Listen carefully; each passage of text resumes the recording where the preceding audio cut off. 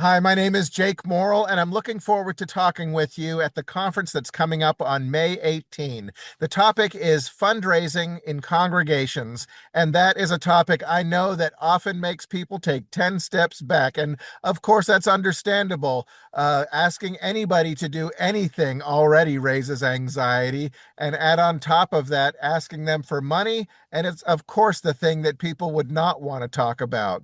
Why I want to talk with you about it is that I think that fundraising is the opportunity to invite people into an adult to adult conversation in an adult to adult relationship about how together to do one's part to pursue a shared mission and shared responsibility.